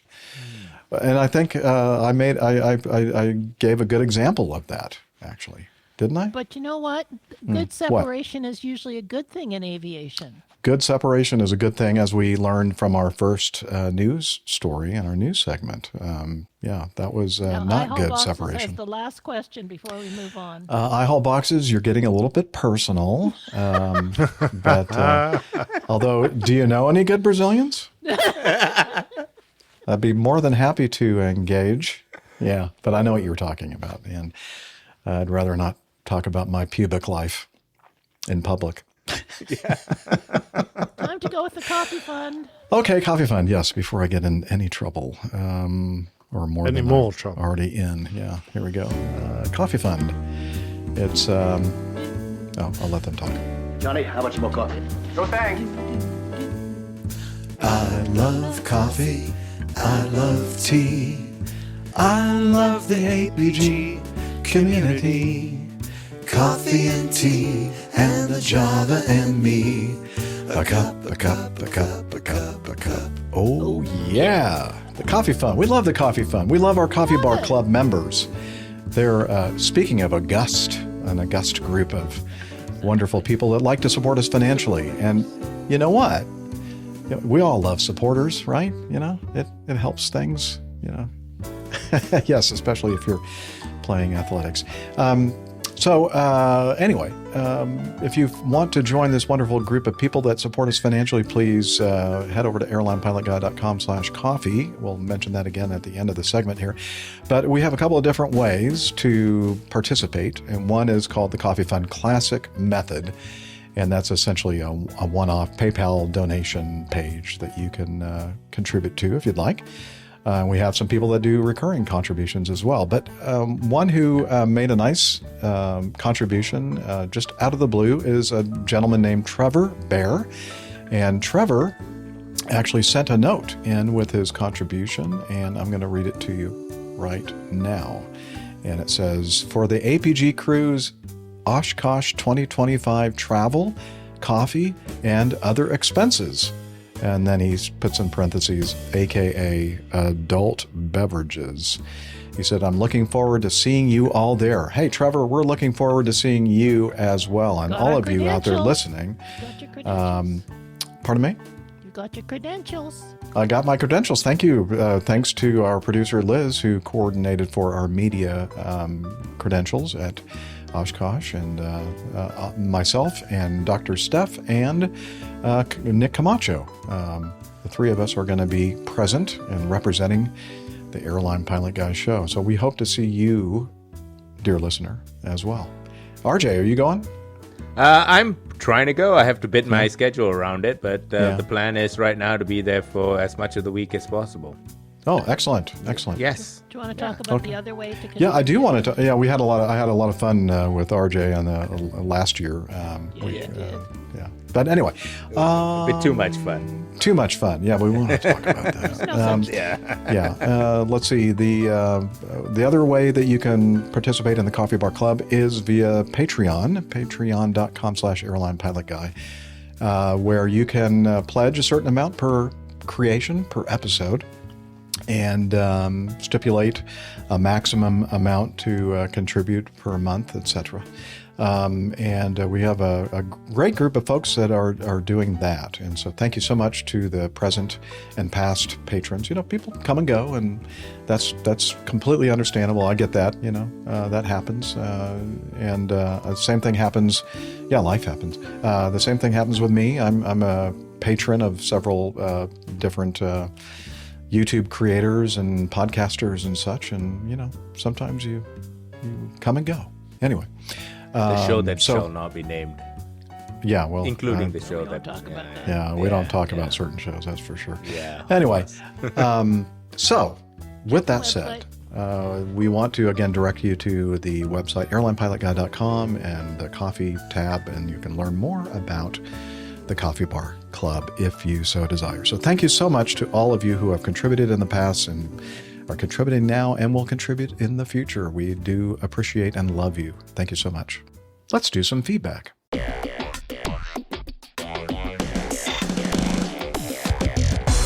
Captain, incoming message.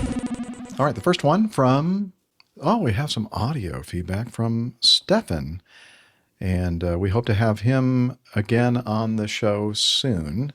He is enjoying today Mayday in Hamburg, Labor Day, May 1st. And so I invited him to join, but he said that they've already got a bunch of plans and partying with neighbors and friends and that kind of thing. So that's a very lame excuse, Steffen, but okay, we'll let it go this time. So anyway, he says, "Hi, Jeff. It was interesting listening to your last episode.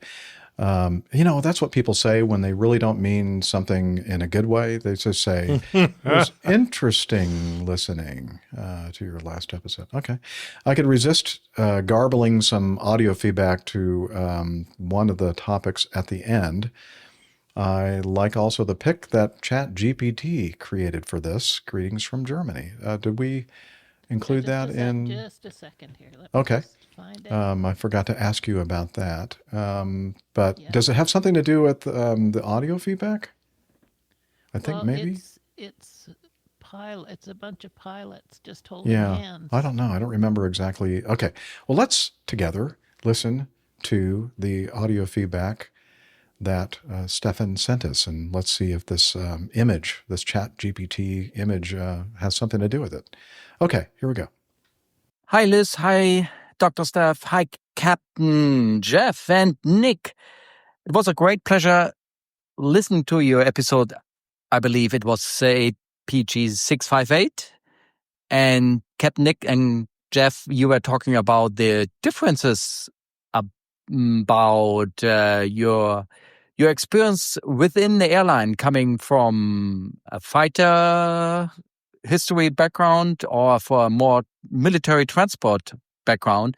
And it was very interesting for me to see to hear that there's a lot of difference how your perception of your follow-on career in the airliner was. And I think I got it right that you were saying that you got a very, Captain Jeff, you got a very collective feeling in your company with an old legacy airline and your what's called union, where the one who taking care of you, and the difference with, I guess, Virgin, where there were a lot of separate contracts with all the cockpit crews, and that there is, I got the feeling that you're more a single entrepreneur flying in the cockpit, of course, as a member of the team and a member of the airline, and that you very seldom, Captain Nick, were meeting one of your supervisors. So very interesting to see, to listen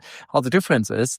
And I must tell you that I have a totally different perception in my company, which sounds more like a squadron type experience. Well, that might be also very unique, since the history with my company is that they had their own pilot up initio training pilot school. That means we were 2 years in pilot school, and then we went straight to the airline. We were kind of young, and with young, low fly hours, but very high educated or trained. And so you quite knew a lot of your colleagues in the cockpit. You have your flight course. My number was, by the way, 166. And so we are not always friends, but we know each other quite well. We occasionally even have meetings within our classes from 30 years ago. And so the feeling that you're kind of a family and obligated to your company was, or is, still quite high, but at least with a legacy and classic part of my group. Since 10 years ago, due to cost measurements, all the pilot school has been kind of dismantled and reformed again under a different brand name. Now together with the Swiss part of the company, it's not that that anymore, that kind of feeling, but it's still very strong commitment to the company, and you know each other quite well. And I've seen my fleet captain quite a bit in the whole time, and we had regular pilots meetings and everything. So, well, it was interesting to see the difference and how the perception were in your airline coming from the more fighter type or more transport type military part. Thanks for your show, and well, carry on, and hope to talk to you soon someday. Bye-bye. Always great to hear from you, Steffen. And also just hearing different perspectives regarding the question posed to us on an earlier show regarding, the differences between the military atmosphere and the civilian atmosphere and flying airplanes and such. Anything to say regarding that, either of you? Well, I think I appreciate it. If Lufthansa does really have a family feeling amongst their pilots, and I think that is engendered by, the friendships you make during training, and if you're doing all your training in the company and you're still meeting and flying with all the same pilots, it's going to be great. But there aren't many airlines that are as sophisticated as Lufthansa and do that. Is it my imagination, or does the wing of that A380 go straight through the fuselage of the aircraft beside it? Yeah. I think this might be a DCA incident. We could have put that up for the DCA incident. They're all decapitated. That's right. Brilliant. Anyway, thanks very much for the feedback, Steffen. Good job. Yeah. And going back to that image, I mean, I've never seen so much pilot group unity. They're all holding hands. They love each other. Amazing. They do. Yeah. They love They've each all got other. funny fingers, though. Have you noticed their funny fingers? Oh, yeah. Well, Chat GPT, of course. Yeah. Real cat's cradle going on there. Since RJ, you weren't with us when we were answering this question posed regarding, the different experiences that we've had in going. Now, I know you didn't have a military background, correct? Other than Civil Air Patrol. Flying in the military. Yeah. But I was looking at you thinking, because you're based in Los Angeles. Yep. And I would guess that my experience has been, I'm not guessing about that, that being at the largest base at my former airline, things are a little bit different. And I picked up on that actually because I spent a lot of time in a lot of other bases and especially the Los Angeles base. And I got the feeling, I could be wrong about this, but it's a smaller pilot base. And I think that maybe the smaller pilot bases probably have more of a squadron kind of feel, and maybe they get together more often and that kind of thing.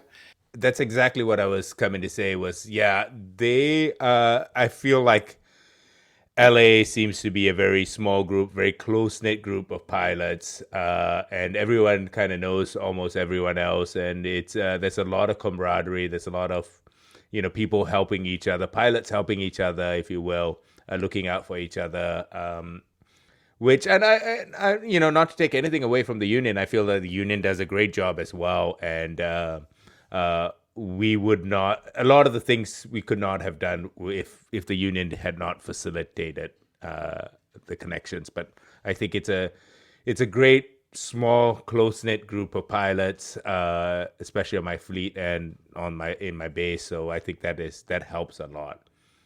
Very good. It's always interesting to hear all these different perspectives. iHaul Boxes has a question from our live chat. Am I the only one not holding hands with my crew? Yeah. Indeed. Yes. I mean, should you be telling us this in public, or is this a hypothetical? It's not too late to give it a shot, iHaul. Right. And let us know how that went. Yeah, that's right. Especially when you're setting thrust, make sure you hold the pilot. That's always a very touching moment. I mean, literally, it is. Very touching. Yeah. Anyway, Just okay, before he you says. skip ahead, we missed Captain yeah. Nick's cover art. So can we just let's do that. We don't want to skip the analysis with the emphasis on I'll anal keep and the it short. looking at the cover art from our last show. And so take it away, Captain Nick. Please take it away. I don't want to see it. 660 this was. So we had some great suggestions. Big flaming mess, no beard too short, happy beard day, jackass, penguin, chopper, and guinea pigs in oxygen masks, some shaved. So that was a mishmash of various stories. So we ended up with a jackass penguin flying a helicopter with some guinea pigs in masks. As you do. The title I thought was great because the penguins we were talking about were the South African penguin, which is also called the jackass penguin. And then there were some guinea pigs who were wearing oxygen masks, so we had actual guinea pigs there. So there you go, jackass in guinea pig rescue. Now, if you wanted the number of the show, you had to look on the guinea pig masks. Turned on their sides, 2 6s and a 0 that was just under the top lip of the final guinea pig. So that was 660. And then of course, the jackass who's doing the flying, as most helicopter pilots are. We like to call them jackasses. His wings are just underneath his straps there. There well you go. done, Captain Nick. Yeah. Love it. Glad we got that out the way. Well done. Yeah. I think the jackass penguin has to be the official bird of APG. I believe that. Yeah, I would agree. Yeah, we definitely need a penguin as a because it's flightless. I was going to say, I don't think penguins can fly, so that's very appropriate. Yeah, as an APG penguin, and the jackass penguin just suits us down to the ground, I think. So You're right. We need to adopt that. Yep. All right. Since that prestigious member of our Airline Pilot Guy show community is with us in the live audience, Nigel, we're gonna read out his feedback. He says the subject is All Nippon Airways pilot and New York ATC involved in argument. Hi, Captain Jeff and crew. Lovely Liz. That should work. Seemed a little, she just gave little kissy noises. Seemed a little short of feedback a couple of shows ago, so I send you this. Maybe it's been covered already. JFK seems to get this a lot. I wonder what the lowest common denominator is. Best wishes, Hong Kong Nigel, the most prestigious of them all. Yes, and apparently I'm the one that gave him that title. So he gave us a link to this article. Now, we don't have the actual audio. Probably is out there somewhere, but we do have the transcript. So this is from... One of you should play the pilot and one of you should play the air traffic controller. Yeah, we should do that. That's a good idea. We'll do some role-playing. So Captain... I have a feeling I know which one Captain Nick wants to do. She wants to be the air traffic controller. I don't have the accent for it, I'm afraid. But you have the attitude for it, yes, which I think is an overriding thing. Well, okay, I can do No, I don't really have a New York accent either. RJ, can you do a really good New York accent? New York accent? No. Okay. I have this accent. This all is right, it. Just play it straight then. I'll just play it straight then. Okay. I thought we had APG players. Yeah, well, we missed the rehearsal. Maybe next time. Maybe if we thought about it a little bit more ahead of time, we could have, done some rehearsing. This is from aviationA2Z.com.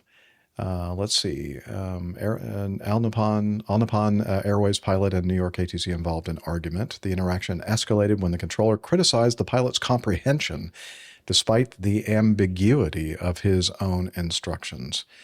A heated argument between All Nippon Airways ANA pilot and a New York air traffic controller highlights this happened on March 2nd, 2025, highlights ongoing issues with non-standard communication at one of the world's busiest airports.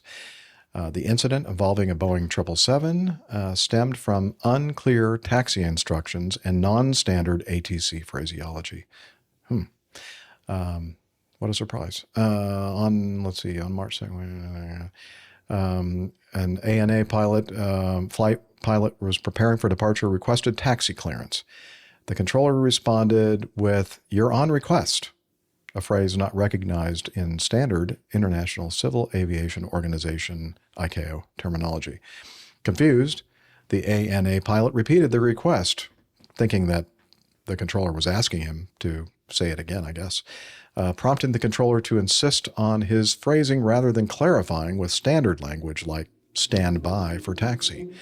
The interaction escalated when the controller criticized the pilot's comprehension, despite the ambiguity of his own instructions. ICAO mandates clear, standardized phrasing to prevent such misunderstandings, especially at busy international hubs like JFK, where pilots may have varying English proficiency. Okay. We should have probably just skipped right to the transcript here, but okay, here we go. ATC you want me to do this then? I'll give it a go. Okay, go ahead. You're on request. As soon as this aircraft lands, I'll get you moving. All Nippon Airways 159 Heavy. Sorry, say again? You're on request. Oh, we request runway 31 left, All Nippon 159 Heavy. You're on request. All Nippon 159 Heavy, request taxi via Alpha 1, left turn, Alpha. All Nippon 159 Heavy. I don't know if you're not familiar. It seems like you're not. When somebody says you're on request, that means they have your request. That's it. Just wait. So you mean we can taxi by our own? All Nippon 159 Heavy? All Nippon 159 Heavy. Absolutely not. You're on request. Just means you wait. You don't say anything. You just wait for the controller, which is me, okay? Just wait. Okay, holding position. All Nippon 159 Heavy. Yes, I have your request. That's what that means. Then why didn't you just say that to begin with? I added the last. Good point. I'll go and take my break now. Yeah, it was pretty stressful. Well done. Not bad on, short notice, right? So this dialogue reveals a communication breakdown driven by the controller's reliance on non-standard terminology and an unwillingness to adapt when the pilot struggles to understand. I mean, this is all air traffic control's fault. Sorry, but we're going to have to give you the buzzer on that one. It should have been, and I think it was, very apparent that the words he was using, the phraseology he was using, was not being understood. Right. And it's kind of like when you talk to somebody like that has English is not their first language. You just say you're it thinking, louder. and then if you just start yelling it louder and louder, somehow that's going to make it so that they can understand it. And that, as we know, doesn't really work at all, ever. But anyway, so it goes on to talk about in this article the ICAO standardizing phraseology to ensure clear communication. And they just basically just emphasize exactly what we are talking about here. You're on request. Have either of you guys have been into JFK? Have either of you heard on request? I've heard that phraseology used at Kennedy and a lot of airports around the system. English speaking pilots pretty much pick up on what the intent of that phrase is. But as I said, if English is not your primary language and you just know aviation terms, and if this particular term that you're using is not on that list of aviation terminology and phraseology, you're not going to understand what it is because when you hear the word request, you're thinking he's asking you to give him something. That's right. Yep. So very confusing. Yeah. I'm coming on to. All right. I don't hear you. Just said something and disappeared. Yeah, you're coming on what? We don't hear you. Oh, there you go. Here I am. I'm on StreamYard. Okay. So I was listening to air traffic control at Toronto this week, and the approach controller said, SkyWest, slow to 170 knots at the final approach fix. You're number one. And the SkyWest guy came back and said, oh, I guess my mother was right. And the approach controller didn't quite get the humor there for a minute. Then he came back on and he said, how long have you been waiting to use that phrase? and the SkyWest guy said, I always have it locked and loaded. I think I would, if I were the controller, amazing. I would have come back with, yeah, well, you know, obviously you think a lot about of yourself. It was very fun. It was funny. I thought it was very funny. It's non-standard, but funny. Okay. Yeah. Time to wrap it up, boys, I think. Yeah. Okay. Great. Nice short show for y'all. You're welcome. That keeps us we have some feedback still locked and loaded for the next episode, which makes Liz so happy. And we are going to now wrap it up by pointing you over to the Airline Pilot Guy website, airlinepilotguy.com. Oh, by the way, it's safe and secure. It's HTTPS. Now you won't get that nagging message anymore when you go to our site. So please do check that out. You'll find information about the crew and the community and so much more. So it's there for your perusing. And also, we are on social media. Captain Nick, you do this so well, so go for it. I'll do my best.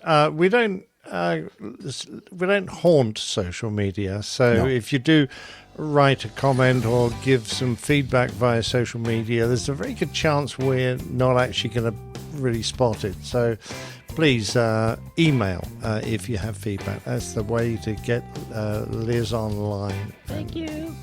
Yeah, you'll be listened to. However, you can find us on Facebook, facebook.com/Airline Pilot Guy. That's all one word. On X, we're at APG Crew.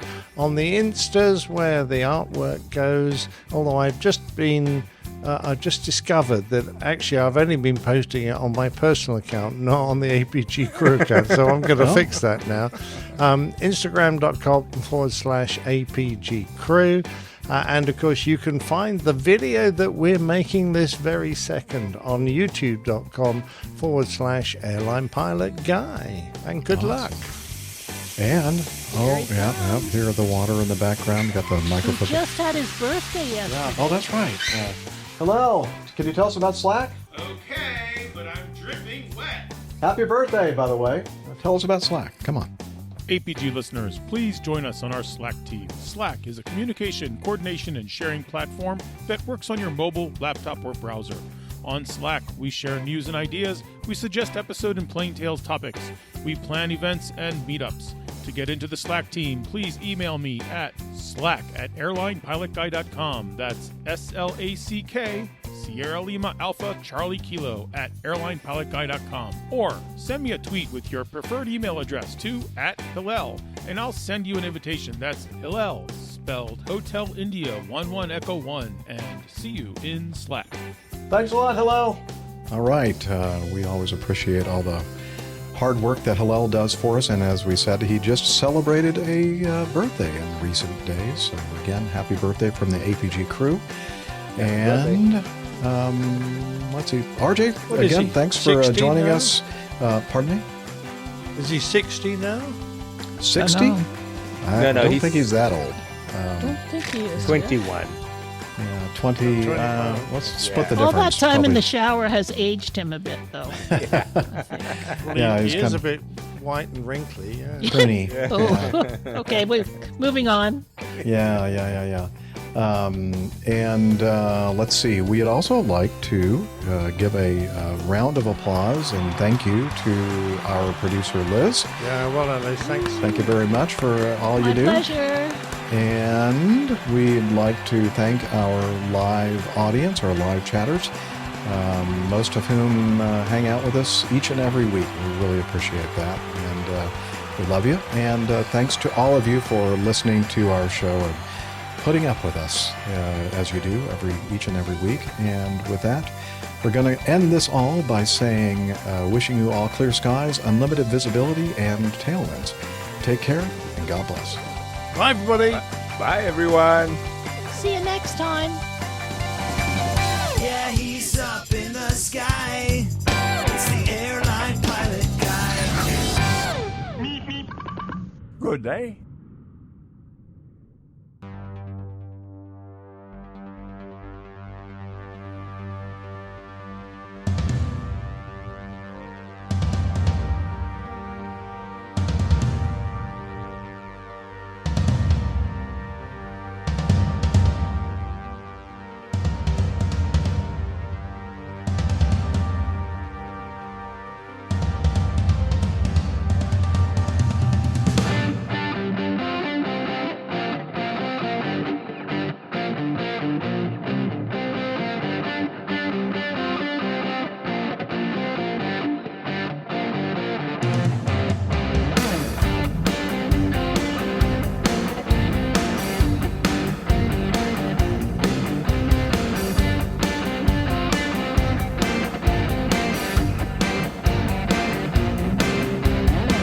Now look at them yo-yos, that's the way you do it.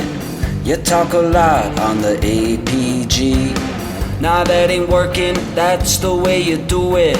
Money for flying and your beer for free. Now that ain't working, that's the way you do it. Let me tell you, them guys ain't dumb.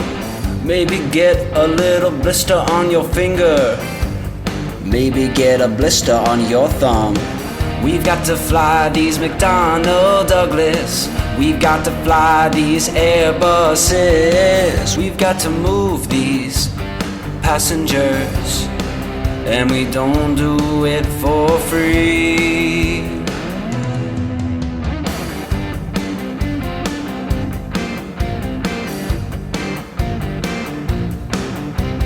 See that little pilot with the stripes and the mustache? Yeah, buddy, that's his own hair. That little pilot flies his own jet airplane. That little pilot is a millionaire. We've got to fly these McDonnell Douglas. We've got to fly these Airbuses. We've got to move these passengers, and we don't do it for free.